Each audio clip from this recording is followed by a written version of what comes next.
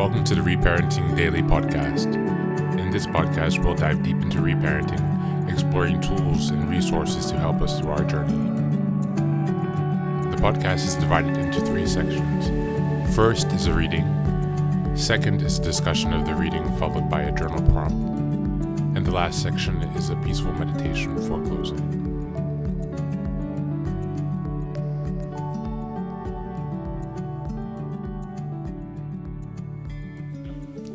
Good morning, good afternoon, and good evening from whenever and wherever you are joining us. Thanks for being here for another day of reparenting.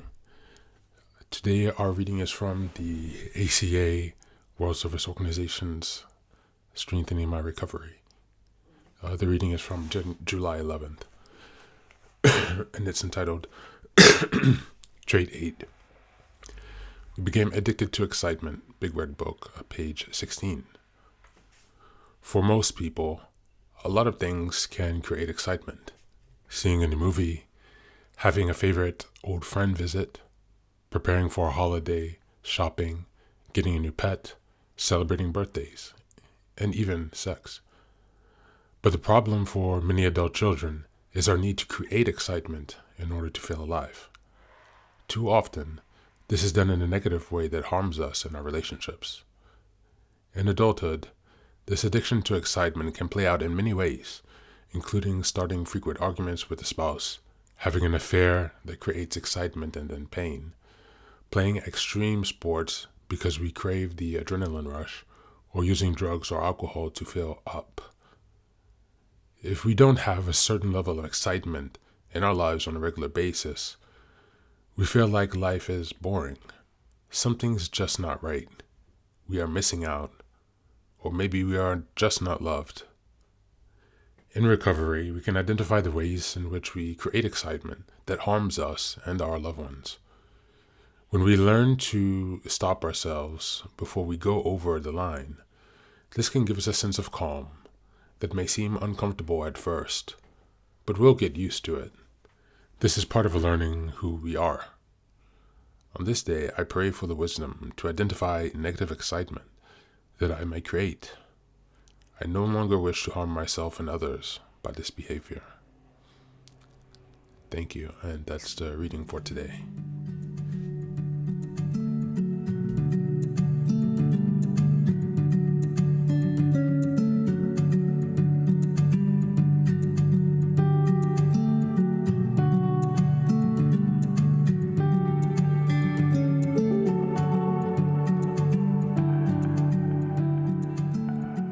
Hi and welcome back.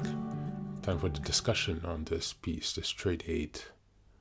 As I've said before, this podcast and program is not affiliated to 12-step programs, and it's also not affiliated to any religious institution or organization.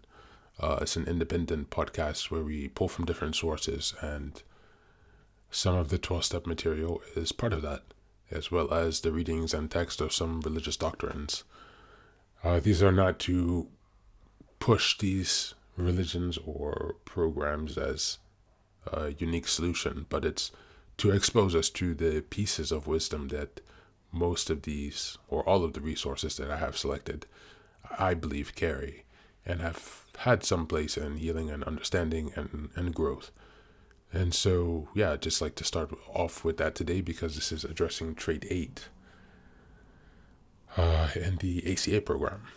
And so becoming addicted to excitement, negative excitement. Excitement is the other flip side of fear. Perhaps you've heard that said before. A positive excitement or a negative excitement would be fear, which then creates anxiety. And so it's kind of like when you are raised in a dysfunctional environment, you become programmed to expect and attract this kind of excitement or fear or chaos even in your life. You're designed to attract the negative and toxic relationships. And so you stay stuck in this pattern because that is kind of the template you were given in your childhood years when you're growing up. And so it becomes very important to gain perspective and awareness of that so that you can step outside of these repeating dynamics that often lead to more trauma, more suffering, more frustration, anger, and general negative emotion. And that negative emotion then also prevents connection and then leads to isolation, which then exacerbates depression and anxiety and so forth.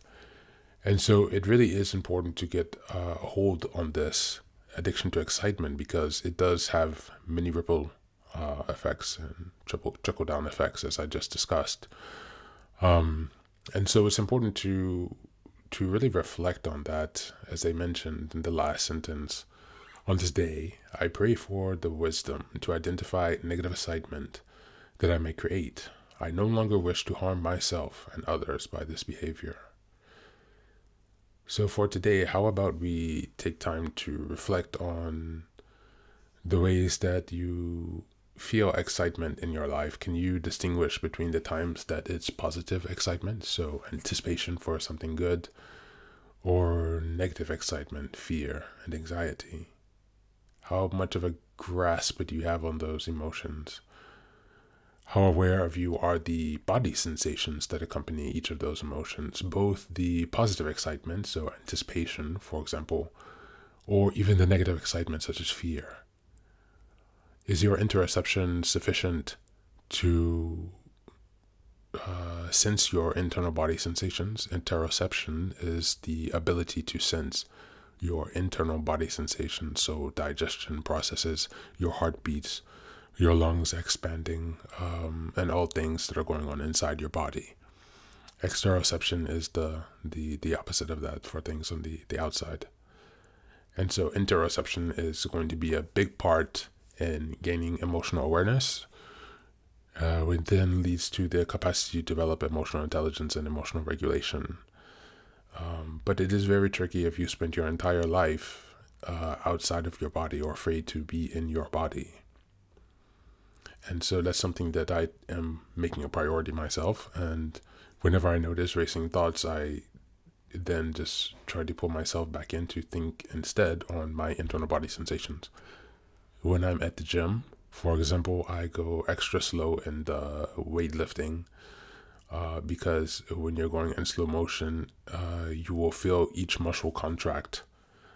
And if you're doing the exercise correctly and within a sufficient weight, and then you can even use that as a way to sense inside your body. And it forces you to be in the moment because you're going slow. So you have to control your movement and your pace. And then you're turning your attention towards your internal perceptions of your emotions. And so that was a bit of a detour, but that's just an example of interoception, in case you weren't aware of what that is. Something else to reflect on today, and perhaps to journal about if you have time after the podcast, is to try to think about, since you've determined, first of all, or reflected on your ability to sense positive and negative excitement, and the second was then to understand the interoception, the feelings inside your body that corresponds with each positive and negative excitement. You might want to notice if they're the same. At first, maybe they might be because you're not used to distinguishing that, but it's important to begin to look for a distinction. Another thing to reflect on would be how much control do you have over the actions that you take once you have felt these feelings of excitement. This is a really important topic, because the more you can control your actions that follow your emotions, the more positive experiences you're going to have in general. And so it's really key. That's it for today. This was a very important reading. I hope you enjoyed it as always. Thank you for being here, and be well.